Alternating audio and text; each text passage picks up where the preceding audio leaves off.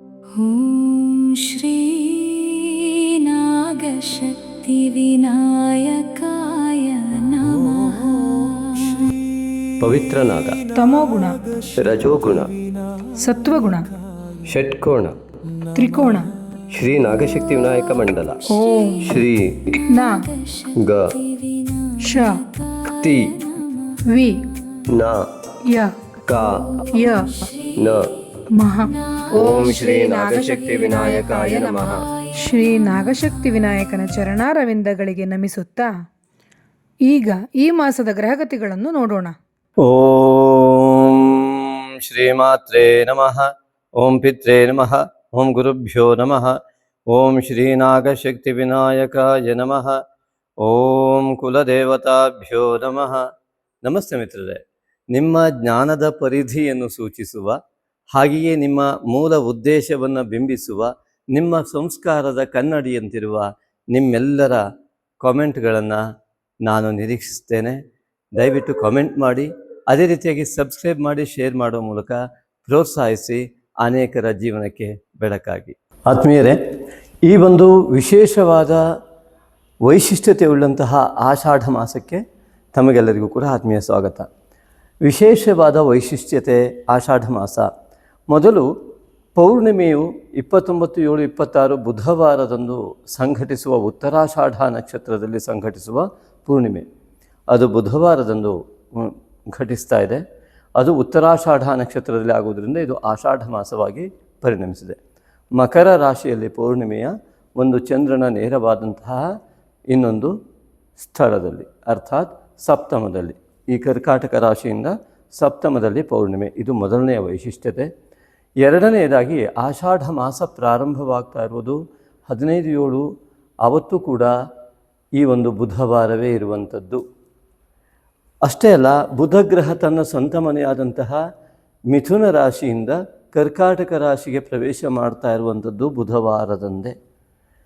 ಅಷ್ಟೇ ಅಲ್ಲ, 12/8/26 ಅಮಾವಾಸ್ಯೆ ಕೂಡ ಘಟಿಸ್ತಾ ಇರೋದು ಬುಧವಾರದಂದೇ. ಹಾಗೆಯೇ 12/8/26 ಈ ಆಷಾಢ ಮಾಸದ ಕೊನೆ ಕೂಡ, ಆಷಾಢ ಮಾಸದ ಪ್ರಾರಂಭ ಹಾಗೂ ಪೌರ್ಣಿಮೆ ಮಧ್ಯಭಾಗ ಹಾಗೂ ಕೊನೆಯ ಭಾಗ, ಇದು ಮೂರೂ ಕೂಡ ಬುಧವಾರದಂದು ಘಟಿಸ್ತಾ ಇದೆ. ಇನ್ನು ವಿಶೇಷವಾಗಿ ಯಾವಾಗ ಈ ಬುಧವಾರದಂದು ಆಷಾಢ ಮಾಸ ಪ್ರಾರಂಭವಾಗುತ್ತೋ ಅದೊಂದು ಮಹಾಯೋಗವನ್ನು ಸೃಷ್ಟಿಸಿಕೊಂಡು ಆಷಾಢ ಮಾಸ ಪ್ರಾರಂಭ ಆಗ್ತಾ ಇದೆ. ಈ ಮಹಾಯೋಗ 12 ವರ್ಷಕ್ಕೊಮ್ಮೆಯೂ ಕೂಡ ಲಭ್ಯವಾಗುತ್ತೋ ಇಲ್ಲವೆನ್ನುವ ಅನುಮಾನ ಇದೆ. ಅತ್ಯಂತ ಮುಖ್ಯವಾಗಿ 12 ವರ್ಷಕ್ಕೊಮ್ಮೆ ಗುರು ಇಲ್ಲಿ ಬರುವಂಥದ್ದು. ಈ 12 ವರ್ಷದಲ್ಲಿ ಪುಷ್ಯ ನಕ್ಷತ್ರದಲ್ಲಿ ಗುರು ವಿರಾಜಮಾನ ಒಮ್ಮೆ ಆಗ್ತಾನೆ, 12 ವರ್ಷಕ್ಕೊಮ್ಮೆ. ಅದೇ ಸಂದರ್ಭದಲ್ಲಿ ಈ ಆಷಾಢ ಮಾಸದಲ್ಲಿ ಪೌರ್ಣಿಮೆ ಇಲ್ಲಿ ಘಟಿಸಿದಾಗ ಪುಷ್ಯ ನಕ್ಷತ್ರದಲ್ಲಿ ಅಮಾವಾಸ್ಯೆ ಘಟಿಸಿದರೆ, ಗುರುವು ಆ ಸಂದರ್ಭದಲ್ಲಿ ಪುಷ್ಯ ನಕ್ಷತ್ರದಲ್ಲಿ ಇದ್ದರೆ ಮಾತ್ರ 12 ವರ್ಷಕ್ಕೊಮ್ಮೆ ಘಟಿಸುತ್ತದೆ. ಆದರೆ ಈ ಒಂದು ಪರಾಭವ ಸಂವತ್ಸರದ ಆಷಾಢ ಮಾಸ ಎನ್ನುವಂಥದ್ದು, ಈ ಗುರುವು ಯಾವಾಗ ಇಲ್ಲಿ ವಿರಾಜಮಾನನಾಗಿದ್ದಾನೆ, ಆ 15ನೇ ತಾರೀಕು ಆಷಾಢ ಮಾಸ ಪ್ರಾರಂಭವಾಗುವ ದಿನದಂದೇ ಬುಧವಾರ ಆದರೂ ಕೂಡ, ಮರುದಿವಸ ಗುರುವಾರ ಆದರೆ ಇದು ಒಂದು ರೀತಿಯ ಗುರುಪುಷ್ಯ ಯೋಗ. ಗುರುವಾರದಂದು ಪುಷ್ಯ ನಕ್ಷತ್ರ ಬರುವಂಥದ್ದು ಒಂದು ಗುರುಪುಷ್ಯ ಯೋಗ ಆದರೆ ಅತ್ಯಂತ ಕಡಿಮೆ, ಅದಾದರೆ 5-6 ತಿಂಗಳಿಗೂ ಒಮ್ಮೆ ಬರುವಂಥದ್ದಾಗಿರುತ್ತೆ. ಇದು ಹಾಗಲ್ಲ, ಇದು ಪ್ರತಿ ಗುರುವಾರ ಬಂದಂತಹ ಪುಷ್ಯ ನಕ್ಷತ್ರದ ಗುರುಪುಷ್ಯ ಯೋಗಕ್ಕಿಂತಲೂ ಅತ್ಯಂತ ಅತ್ಯಂತ ಅತ್ಯಂತ ಪ್ರಬಲವಾದಂತಹ ಗುರುಪುಷ್ಯ ಯೋಗ ಎಂಬುದಾಗಿ ನಾವು ಪರಿಗಣಿಸ್ತಾ ಇದ್ದೇವೆ. ಯಾಕೆಂದರೆ ಗುರು ಮತ್ತು ಚಂದ್ರ ಎರಡೂ ಗ್ರಹಗಳು ಪುಷ್ಯ ನಕ್ಷತ್ರ 2ನೇ ಚರಣದಲ್ಲಿಯೇ ವಿರಾಜಮಾನನಾಗ್ತಾರೆ. ಇದು ಅತ್ಯಂತ ವೈಶಿಷ್ಟ್ಯತೆ. ಒಂದೇ ನಕ್ಷತ್ರ, ಒಂದೇ ರೇಖೆಯಲ್ಲಿ ಗುರು ಉಚ್ಚ ಸ್ಥಾನದಲ್ಲಿರುವಾಗ ಆಷಾಢ ಮಾಸ ಪ್ರಾರಂಭ ಆಗುತ್ತೆ. ಹಾಗಾಗಿ ಸಂಪೂರ್ಣ ಆಷಾಢ ಮಾಸವನ್ನು ಪ್ರಬಲ ಗಜಕೇಸರಿ ಯೋಗದೊಂದಿಗೆ ಕಳೆಯುವ ಮಹಾಯೋಗ ಪ್ರತಿ ರಾಶಿಯವರಿಗೂ ಲಭ್ಯವಿದೆ. ಹಾಗಿದ್ದರೆ ಎಲ್ಲರಿಗೂ ಯಾವಾಗ ಲಭ್ಯವಾಗ್ತದೆ ಅಂತ ನಿಮ್ಮ ನಿಮ್ಮ ರಾಶಿಯ ಫಲವನ್ನು ನೋಡಿ ಅದನ್ನು ಅರ್ಥೈಸಿಕೊಂಡು ಅದನ್ನು ಅನುಸರಿಸಿದಾಗ ಖಂಡಿತವಾಗಿ ನಿಮಗೆ ಇದೊಂದು ಮಹಾಯೋಗ ಸೃಷ್ಟಿಯಾಗ್ತಾ ಇರುವುದರಲ್ಲಿ ಯಾವ ಸಂದೇಹ ಇಲ್ಲ. ಹಾಗಾಗಿ ಈ ಆಷಾಢ ಮಾಸ ಅನೇಕ ವರ್ಜ್ಯ ಮಾಸಗಳಾಗಿ ಕೆಲವರು ಆಚರಣೆ ಮಾಡಿದರೂ ಕೂಡ ಅನೇಕ ವಿಚಾರಗಳಿಗೆ ಇದು ಅತ್ಯಂತ ಮಹಾಯೋಗವನ್ನು ಕೊಡುವ ಗುರುಪುಷ್ಯ ಯೋಗದೊಂದಿಗೆ ಪ್ರಾರಂಭವಾಗುವ ಮಹಾಯೋಗವನ್ನು ನೀಡ್ತಾ ಇದೆ. ಇಂತಹ ಒಂದು ಆಷಾಢ ಮಾಸ ಆ ವಿಶೇಷ ಗುರು ಪೂರ್ಣಿಮೆಗೆ ಸಾಕ್ಷಿ ಆಗ್ತಾ ಇದೆ. ಹಾಗಾಗಿ ಗುರು ಪೂರ್ಣಿಮೆಯ ಶುಭಾಶಯಗಳೊಂದಿಗೆ ಮಿತ್ರರೇ ಈ ರಾಶಿ ಫಲವನ್ನು ಪ್ರಾರಂಭ ಮಾಡೋಣ. ಕುಂಭರಾಶಿಯ ಅಧಿಪತಿಯಾದಂತಹ ಶನೇಶ್ವರನು ದ್ವಿತೀಯದಲ್ಲಿ ವಿರಾಜಮಾನನಾಗಿದ್ದಾನೆ. ಅದರಿಂದಾಗಿ ದ್ವಿತೀಯದಲ್ಲಿ ವಿರಾಜಮಾನನಾಗಿರುವ ಶನೇಶ್ವರನಿಂದ ಅತ್ಯುತ್ತಮವಾದ ಫಲ ಲಭ್ಯ ಆಗುತ್ತೆ. ಸಾರ್ಧ ಸಪ್ತ ಶನಿಯ ಕೊನೆಯ ಭಾಗವಾಗಿದೆ. ಮಿತ್ರರೇ, ಈ ವಿಡಿಯೋವನ್ನು ಅನೇಕರಿಗೆ ಶೇರ್ ಮಾಡುವ ಮೂಲಕ ಅನೇಕರಿಗೆ ಉತ್ತಮವಾದ ಫಲ ಸಿಗುವಂತೆ ಮಾಡಿ ಮತ್ತು ನೀವು ಸಹನೆಯಿಂದ ಈ ವಿಡಿಯೋವನ್ನು ನೋಡಬೇಕಾದ ಅಗತ್ಯ ಇದೆ. ಕಾರಣ ಏನಂದರೆ ತುಂಬ ವಿಷಯಗಳು ಈ ಒಂದು ಆಷಾಢ ಮಾಸದಲ್ಲಿದೆ. ಅದೆಲ್ಲವನ್ನು ಕೂಡ ಸವಿವರವಾಗಿ ಅತ್ಯಂತ ಸ್ಪೀಡಾಗಿ ಹೇಳುವಂಥ ಯೋಚನೆ ಇದೆ. ಸ್ಪೀಡ್ ಆಯಿತು ಅಂದರೆ ವಿಡಿಯೋನ ಸ್ಲೋ ಮಾಡ್ಕೊಳ್ಳಿ ಅಷ್ಟೇ. ಆದ್ದರಿಂದಾಗಿ ನಿಮ್ಮ ಒಂದು ಅತ್ಯಂತ ಜೀವನದ ಮಹಾಯೋಗವನ್ನು ಪಡೆಯೋದಕ್ಕೆ ಏನೆಲ್ಲ ಪ್ರತಿಬಂಧಕಗಳಿದೆ, ಅನೇಕ ಜನ್ಮದ ಸಾಫಲ್ಯತೆಗೆ ಯೋಗ್ಯವಾಗತಕ್ಕಂತಹ ಮಹಾಯೋಗವನ್ನು ಈ ಒಂದು ಆಷಾಢ ಮಾಸ ನಿಮಗೆ ನೀಡ್ತಾ ಇದೆ. ಇದರ ಫಲವನ್ನು ಪಡೆಯುವುದು ಹೇಗೆ ಮತ್ತು ಇದಕ್ಕೆ ಆ ಫಲವನ್ನು ಪಡೆಯಬೇಕಾದ ಅರ್ಹತೆ ಏನು ಮತ್ತು ಅದಕ್ಕೆ ಪ್ರತಿಬಂಧಕವಾದ ದೋಷಗಳೇನು, ಅದನ್ನು ಹೇಗೆ ನಿವಾರಣೆ ಮಾಡಿಕೊಳ್ಬೇಕು ಎಂಬುದಾಗಿ ಈ ವಿಡಿಯೋವನ್ನು ಅತ್ಯಂತ ಸಹನೆಯಿಂದ ನೋಡಿದರೆ ಮಾತ್ರ ಅರ್ಥೈಸಿಕೊಳ್ಳಲಿಕ್ಕೆ ಸಾಧ್ಯ ಉಂಟು. ದಯವಿಟ್ಟು ನಮ್ಮ ಈ ಒಂದು ಮಾರ್ಗದರ್ಶನದ ನಂತರ ನಿಮ್ಮ ಯೋಚನೆ, ನಿಮ್ಮ ಜ್ಞಾನ, ನಿಮ್ಮ ಜ್ಞಾನದ ಪರಿಧಿ, ನಿಮ್ಮ ಸಂಸ್ಕಾರ ಈ ಹಿನ್ನೆಲೆಯಲ್ಲಿ ಆ ನೆಲೆಗಟ್ಟಿನ ಮೇಲೆ ನೀವು ಚಿಂತನೆಯನ್ನು ಮಾಡಿ ವಿಮರ್ಶಾತ್ಮಕವಾಗಿ ನಾವು ಹೇಳಿರುವ ಅಂಶಗಳನ್ನು ಅಳವಡಿಸಿಕೊಂಡಾಗ, ಹೇಗೆ ವೈದ್ಯರು ಮಾತ್ರೆ ಕೊಟ್ಟಾಗ ನಾವು ತೆಗೆದುಕೊಂಡಾಗ ಮಾತ್ರ ಜ್ವರ ಕಡಿಮೆ ಆಗ್ತದೆಯೋ ಹಾಗೆ ನಾವು ಹೇಳಿದ ವಿಚಾರವನ್ನು ನೀವು ಅಳವಡಿಸಿಕೊಂಡಾಗ ಮಾತ್ರ ಇದು ಸಾಧ್ಯ. ಅದರಿಂದಾಗಿ ಇಲ್ಲಿ ಈ ವಿಡಿಯೋವನ್ನು ನೋಡುವವರಿಗೆ 2 ವಿಚಾರಗಳು ಅತಿ ಮುಖ್ಯ ಆಗುತ್ತೆ. ಸ್ಥೂಲ ಮತ್ತು ಸೂಕ್ಷ್ಮ ಶರೀರದ ಬಗ್ಗೆ ಅದರ ಬಗ್ಗೆ ವಿವರಣೆಯನ್ನು ಕೊಟ್ಟು ಹೋದಾಗ ಮಾತ್ರ ನಿಮಗೆ ಈ ವಿಡಿಯೋವನ್ನು ಅರ್ಥೈಸಿಕೊಳ್ಳಿಕ್ಕೆ ಸಾಧ್ಯ ಇರೋದ್ರಿಂದ ಅದರ ಬಗ್ಗೆ ವಿವರಣೆಯನ್ನು ಕೊಟ್ಟು ಮುಂದುವರಿಸ್ತೇನೆ. ವಿಷಯ ಅತ್ಯಂತ ಸುಲಭವಾಗಿದ್ದರೂ ಕೂಡ ನಾವು ಅರ್ಥೈಸಿಕೊಳ್ಳುವಲ್ಲಿ ವಿಫಲವಾಗುವ ಸಾಧ್ಯತೆಗಳಿರುವುದರಿಂದಾಗಿ ಇದನ್ನು ಅತ್ಯಂತ ಸೂಕ್ಷ್ಮವಾಗಿ ಗಮನಿಸ್ತಾ ಹೋಗಿ. ದಯವಿಟ್ಟು ಈ ಒಂದು ಅರ್ಹತೆ ಬಗ್ಗೆ 2 ಮಾತುಗಳನ್ನು ಹೇಳಿಬಿಟ್ಟು ಮುಂದೆ ಹೋಗ್ತೇನೆ. ನೋಡಿ, ಅರ್ಹತೆ ಎನ್ನುವುದು ಯಾವಾಗ ಬರ್ತದೆ? ಉದಾಹರಣೆಗೆ ನನಗೆ ದೇಹಕ್ಕೆ ಅರ್ಹತೆ ಇದೆ ಆಹಾರವನ್ನು ತೆಗೆದುಕೊಳ್ಳುವಷ್ಟು. ರೋಗ ಬಂದಿದೆ, ಆಗ ಎದುರುಗಡೆ ನಮಗೆ ಇಷ್ಟವಾದ ಆಹಾರವಿದ್ದರೂ ತೆಗೆದುಕೊಳ್ಳಿಕ್ಕಾಗದ ಒಂದು ಸ್ಥಿತಿಗತಿಗಳಲ್ಲಿ ನಾವಿರ್ತೇವೆ. ಹಾಗಾಗಿ ಯೋಗಕ್ಕೂ ಕೂಡ ರೋಗ ಬರ್ತದೆ. ಆ ರೋಗ ಬಂದಾಗ ಸ್ವಾಭಾವಿಕವಾಗಿ ಕೋಪ, ಸಿಟ್ಟು, ಅಳು, ಬೇಸರ ಇತ್ಯಾದಿಗಳು ರೋಗಗಳು ಬಂದಾಗ ಸ್ವಾಭಾವಿಕವಾಗಿ ಆ ದೋಷಗಳು ಎದುರುಗಡೆ ಇರುವಂತೆ ಯಾವ ಯೋಗವನ್ನು ಕೂಡ ಸ್ವೀಕರಿಸಲಿಕ್ಕೆ ಅವಕಾಶ ಮಾಡಿಕೊಡೋದಿಲ್ಲ. ಅದೇ ರೀತಿಯಾಗಿ ನಾಲಿಗೆ ರುಚಿ ಇದೆ ಎಂಬುದಾಗಿ ಎದುರುಗಡೆ ಇದನ್ನು ತಿನ್ನಕ್ಕೆ ಹೋಗೋಣ ಅಂದರೆ ಅದರಿಂದ ಆರೋಗ್ಯ ಕೆಡ್ತಾ ಇದೆ ಅಂತ ತಿನ್ನೋದಕ್ಕಾಗೋದಿಲ್ಲ. ಡಾಕ್ಟರ್ ಪಥ್ಯವನ್ನು ಹೇಳ್ತಾರೆ, ತಿನ್ನಬೇಡಿ ಅದನ್ನು ಅಂತ. ಹಾಗಾಗಿ ಇಂತಹ ಒಂದು ರೀತಿಯಲ್ಲಿ ಅನರ್ಹತ್ವ ಎನ್ನುವುದು ಆಗಾಗ ಉಂಟಾಗ್ತಾ ಇರುತ್ತೆ ಮನುಷ್ಯನಿಗೆ. ಆದ್ದರಿಂದಾಗಿ ಇಲ್ಲಿ ಇಷ್ಟೊಂದು ಮಹಾಯೋಗ, ಈ ಒಂದು ಗುರು ಮತ್ತು ಗುರುಚಂದ್ರ ಯೋಗ ಇತ್ಯಾದಿಗಳಿಂದಾಗಿ ಕರ್ಕಾಟಕದಲ್ಲಿ ಉಚ್ಚ ಗುರು ಇದ್ದು ಇತ್ಯಾದಿಗಳೆಲ್ಲ ಇದ್ದರೂ ಕೂಡ ಅನೇಕ ವರ್ಷಗಳಿಗೂ ಅನೇಕ ಜನ್ಮಗಳಿಗೊಮ್ಮೆ ಬರುವಂತಹ ಈ ಒಂದು ಮಹಾಫಲವನ್ನು ಪಡೆಯಲಿಕ್ಕೆ ಯಾಕೆ ನಮಗೆ ತೊಂದರೆ ಆಗ್ತಾ ಇದೆ ಅಥವಾ ನಮಗೆ ಭಾಸ ಕೂಡ ಆಗ್ತಾ ಇಲ್ಲ ಇಷ್ಟೊಂದು ಒಳ್ಳೆಯ ಯೋಗ ಇದೆ ಅಂತೇಳಿ? ಯಾಕೆಂದರೆ ಈಗಾಗಲೇ ನಾವು ರಾಹುವಿನ ಹಿಡಿತಕ್ಕೊಳಗಾಗಿ, ಕುಂಭರಾಶಿಯವರು ರಾಹುವಿನ ಸಂಪೂರ್ಣ ಹಿಡಿತಕ್ಕೊಳಗಾಗಿ ಅತಿಯಾದ ಆಸೆಯಿಂದಲೋ ಅಥವಾ ಹಣಕಾಸಿನ ವ್ಯವಹಾರದಲ್ಲೋ, ನಿತ್ಯ ಗೊಂದಲದಲ್ಲೋ, ದೈಹಿಕ ಅನಾರೋಗ್ಯದಲ್ಲೋ, ದೇಹ ಗಟ್ಟಿದ್ರೂ ಆ ಸೂಕ್ಷ್ಮ ಶರೀರದ ಒಂದು ಪ್ರಾಬಲ್ಯತೆ ಇಲ್ಲದೇನೋ ಮಾನಸಿಕವಾಗಿ ತೊಳಲಾಡ್ತಾ ಇರುವವರ ಸಂಖ್ಯೆ ಜಾಸ್ತಿ ಇರಬಹುದು. ಆದ್ದರಿಂದಾಗಿ ಈ ಒಂದು ವಿಚಾರವನ್ನು ಅರ್ಥೈಸಿಕೊಂಡು ಮುಂದೆ ಹೋಗೋಣ. ನೋಡಿ, ಮಾತಾ ಪೂರ್ವ ರೂಪಂ ಪಿತೋತ್ತರ ರೂಪಂ ಎನ್ನುವಂತಹ ಈ ಒಂದು ಉಪನಿಷದ್ ವಾಕ್ಯವನ್ನು ನೆನಪಿಸ್ತಾ ಈ ಒಂದು ಸೂಕ್ಷ್ಮ ಶರೀರದ ಬಗ್ಗೆ ನಾನು ವಿಚಾರವನ್ನು ಕೊಟ್ಟು ನಂತರದಲ್ಲಿ ಈ ಒಂದು ಫಲವನ್ನು ಹೇಳ್ತೇನೆ. ಭೂಮಿಯಲ್ಲಿ ಹುಟ್ಟುವಾಗ ಒಂದು ಮಗುವು ತಾಯಿಯ ಗರ್ಭದಿಂದ ತಾಯಿಯನ್ನು ಮತ್ತು ಭೂತಾಯಿಯನ್ನು ಸ್ಪರ್ಶ ಮಾಡಿ ಆ ಒಂದು ವಿಶಿಷ್ಟವಾದ ಮಾಯಾಜಾಲಕ್ಕೆ ಬೀಳುತ್ತೆ. ಅಲ್ಲಿನಿಂದಲೇ ಕೇತು ಮತ್ತು ರಾಹುವಿನ ಮಾಯೆ ಪ್ರಾರಂಭ ಆಗುತ್ತೆ. ಹಾಗಾಗಿ ತಾಯಿಯ ಗರ್ಭದಲ್ಲಿ ಇರುವಾಗಲೇ ತಾಯಿಯ ಮನೋಮಯ ಕೋಶದಿಂದ ಆ ಒಂದು ಮನೋಮಯ ಕೋಶ ತಾಯಿಯ ಚಿಂತನೆಯಿಂದ ಆ ಮಗುವಿನ ಒಂದು ಹೃದಯ ಭಾಗದಲ್ಲೋ ತಲೆಯ ಭಾಗದಲ್ಲೋ ಒಂದು ಚಿಂತನಾ ಶೈಲಿ, ಆ ಮನೋಮಯ ಕೋಶ ಜಾಗೃತವಾಗತ್ತೆ. ಆ ಒಂದು ಮನೋಮಯ ಕೋಶ ಒಂದು ರೂಪನ ಪಡೆದು ಜಗತ್ತಿನ ಬಂದ ಮೇಲೆ ಆ ತಾಯಿಯಿಂದ ಬಂದ ಸಂಸ್ಕಾರವನ್ನು ನಿರಂತರವಾಗಿ ಪ್ರವಹಿಸಿಕೊಂಡು ಬರ್ತಾ ಹೋಗುತ್ತೆ. ಹಾಗಾಗಿ ಚಂದ್ರ ಮನಃಕಾರಕ ಎಂಬುದಾಗಿ ಹೇಳ್ತಾರೆ. ಹಾಗಾಗಿ ಮನಸ್ಸು ಅತ್ಯಂತ ಶುದ್ಧವಾಗಿ, ನಿಷ್ಕಲ್ಮಶವಾಗಿ, ನಿರಹಂಕಾರಯುಕ್ತವಾಗಿದ್ದಾಗ ದೈಹಿಕ ಆರೋಗ್ಯ ಸಾಧ್ಯ. ಸಂತೋಷಯುಕ್ತವಾದ ಮನಸ್ಸು ದೈಹಿಕ ಆರೋಗ್ಯವನ್ನು ಕೊಡುತ್ತೆ. ಬೇಸರಯುಕ್ತವಾದಂಥ ಮನಸ್ಸು, ಕೋಪಯುಕ್ತವಾದ ಮನಸ್ಸು ದೇಹದ ದೌರ್ಬಲ್ಯತೆಯನ್ನು ಉಂಟು ಮಾಡುತ್ತೆ. ಆದ್ದರಿಂದಾಗಿ ಈ ಒಂದು ಮನಸ್ಸು ಎನ್ನುವಂಥದ್ದು ಆಂತರಿಕವಾದಂತಹ ವಸ್ತುವಾಗಿ ಅದನ್ನು ತೋರಿಸಲಿಕ್ಕೆ ಬರೋದಿಲ್ಲ. ಇದೇ ಸೂಕ್ಷ್ಮ ಶರೀರದ ಒಂದು ಭಾಗ. ಮನೋಬುದ್ಧಿಹಂಕಾರ ಚಿತ್ತ ಎನ್ನುವಂತಹ ಒಂದು ವ್ಯವಸ್ಥೆ. ನೋಡಿ, ಭೂಮಿಗೆ ಹತ್ತಿರವಾಗಿರುವ ಗ್ರಹ ಚಂದ್ರ, ಅದಕ್ಕಿಂತ ದೂರದಲ್ಲಿರುವನು ರವಿ. ಹಾಗಾಗಿ ತಾಯಿ ಮೊದಲು ಸಿಗುವಂಥದ್ದು, ಆಮೇಲೆ ತಂದೆ. ಹಾಗಾಗಿ ಚಂದ್ರ ಮನಃಕಾರಕ. ಹಾಗಾಗಿ ಮನಸ್ಸು ಮೊದಲು, ನಂತರ ಆರೋಗ್ಯ. ಮನಸ್ಸು ಚೆನ್ನಾಗಿದ್ದಾಗ ಆರೋಗ್ಯ ಚೆನ್ನಾಗಿರುತ್ತೆ. ಆದ್ದರಿಂದಾಗಿ ತಾಯಿಗೆ ಮೊದಲು ನಮಸ್ಕಾರ, ಆಮೇಲೆ ತಂದೆಗೆ ನಮಸ್ಕಾರ. ಹಾಗಿದ್ದಾಗ ಮಾತ್ರ ಯೋಗದ ಫಲಗಳು ನಮಗೆ ಲಭ್ಯ ಆಗುತ್ತೆ. ಪೂರ್ವಜರ ಆಶೀರ್ವಾದ ಬಲ, ಕುಲದೇವತಾ ಆರಾಧನೆಯ ಫಲ ಸಿಗತ್ತೆ ಕಾಲ್ಮುಟ್ಟಿ ನಮಸ್ಕರಿಸಿದಾಗ ಮಾತ್ರ. ಅದೇ ರೀತಿಯಾಗಿ ಈ ಒಂದು ಮನಸ್ಸು ಮತ್ತು ಬುದ್ಧಿ, ಈ ಬುದ್ಧಿ ಏನಿದೆ ನಿರ್ಣಯವನ್ನು ತೆಗೆದುಕೊಳ್ಳುತ್ತೆ. ಇದು ಕೂಡ ತೋರಿಸ್ಲಿಕ್ಕೆ ಬರುವುದಿಲ್ಲ, ಇದು ಸೂಕ್ಷ್ಮ ಶರೀರ.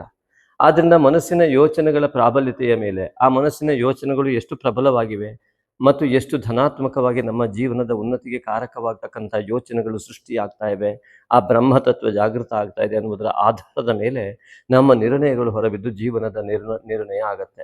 ಆದ್ದರಿಂದ ನಮ್ಮ ನಿರ್ಣಯಗಳೇ ನಮ್ಮ ಜೀವನ ನಿರ್ವಹಣಾ ಶಕ್ತಿಯನ್ನು ಹೊಂದಿರ್ತವೆ. ಅದಕ್ಕೆ ವಿವೇಕ, ಅದೇ ಬುಧ ಗ್ರಹ. ಹಾಗಾಗಿ ಬುಧ, ಗುರು, ರವಿ, ಈ ರವಿ ಆತ್ಮಕಾರಕನಾಗಿ ಪಂಚಪ್ರಾಣ ಶಕ್ತಿಗಳನ್ನ ಸಂಪೂರ್ಣ ಕ್ರಿಯಾಶೀಲವಾಗಿ ಮಾಡ್ತಕ್ಕಂತಹ ಒಂದು ಆತ್ಮಕಾರಕನಾಗಿ, ಪಿತೃಕಾರಕನಾಗಿ ಇರುವಂಥದ್ದು. ಈ ಪಿತೃ ಆಶೀರ್ವಾದದ ಬಲ ಇಲ್ಲದೇ ಇದ್ರೆ, ಆ ಪಿತೃವರ್ಗದ ಆಶೀರ್ವಾದದ ಬಲ, ಕುಲದೇವತಾ ಆರಾಧನೆಯ ಫಲ ಇಲ್ಲದಿದ್ದರೆ, ದೈವ ಬಲವಿಲ್ಲದಂತಾಗಿ ನಮ್ಮ ಕೇವಲ ನಿರಂತರವಾಗಿ ಹಣದ ಹಿಂದೆ ಹೋಗ್ತಾ ಹೋಗ್ತಾ ಹೋಗ್ತಾ ಹೋಗ್ತಾ ಯಾವ ಯಶಸ್ಸು ಕೂಡ ಸಿಗೋದಿಲ್ಲ. ಮತ್ತೆ ದಿನನಿತ್ಯ ಅದೇ ಪರಿಶ್ರಮವನ್ನು ಮಾಡಿ ಮಾಡಿ ಸಾಲಬಾಧೆಯಲ್ಲಿ ಬೀಳತಕ್ಕಂಥದ್ದು. ಅದಕ್ಕಾಗಿ ಆ ಸೂಕ್ಷ್ಮ ಶರೀರದ ಪ್ರಾಬಲ್ಯತೆಯನ್ನು ಮಾಡಿಕೊಂಡಾಗ ನಮ್ಮ ಓಡುವ ಚಿಂತನೆಯ ಹಿಂದೆ ನಮ್ಮ ಆತ್ಮ ಸಹಕಾರ ಸಿಗೋದಕ್ಕೆ ಪ್ರಾರಂಭ ಆಗುತ್ತೆ. ಅರ್ಥಾತ್ ಮನೋಬುದ್ಧಿಹಂಕಾರ ಚಿತ್ತಗಳು ಸರಿಯಾದ ಕ್ರಮದಲ್ಲಿ ಕೆಲಸ ಮಾಡ್ತವೆ. ಅದಕ್ಕೋಸ್ಕರ ಅನುಷ್ಠಾನ ಅತಿ ಮುಖ್ಯವಾಗುತ್ತೆ. ಆದ್ದರಿಂದಾಗಿ ನಮ್ಮ ಬಾಹ್ಯ ಯಶಸ್ಸಿನ ಹಿಂದೆ ಇರ್ತಕ್ಕಂಥದ್ದೇ ನಮ್ಮ ಅನುಷ್ಠಾನ ಬಲ, ಆ ನಮ್ಮ ಸೂಕ್ಷ್ಮ ಶರೀರದ ಪ್ರಾಬಲ್ಯತೆ. ಸೂಕ್ಷ್ಮ ಶರೀರದ ಪ್ರಾಬಲ್ಯತೆಗಾಗಿ ನಾವು ಏನೆಲ್ಲ ಮಾಡಬೇಕು, ಅದಕ್ಕೆ ಪ್ರತಿಬಂಧಕಗಳೇನು, ಇದನ್ನು ನಾವು ಗಮನಿಸಬೇಕಾಗತ್ತೆ. ಸಾಮಾನ್ಯವಾಗಿ ಜಗತ್ತಿನಲ್ಲಿ ಅತ್ಯಂತ ವಿಶಿಷ್ಟವಾದ ಒಂದು ಜೀವನ ಶೈಲಿ ಮನುಷ್ಯನದು. ಈ ಮನುಷ್ಯನಿಗೆ ಮಾತ್ರ ಆಸೆ ಹೆಚ್ಚು, ಹಾಗೆಯೇ ಏನನ್ನೋ ಸಾಧನೆ ಮಾಡಬೇಕನ್ನೋ ಹುಚ್ಚು ಹೆಚ್ಚು. ಈ ರೀತಿಯಾಗಿ ಮನುಷ್ಯ ಸ್ವಾಭಾವಿಕ ಜೀವನದಿಂದ ಪ್ರಕೃತಿ ಸಹಜವಾದ ಜೀವನವನ್ನು ಮೀರಿ ಬದುಕುವ ಚಿಂತನೆಯನ್ನು ಮಾಡ್ತಾನೆ.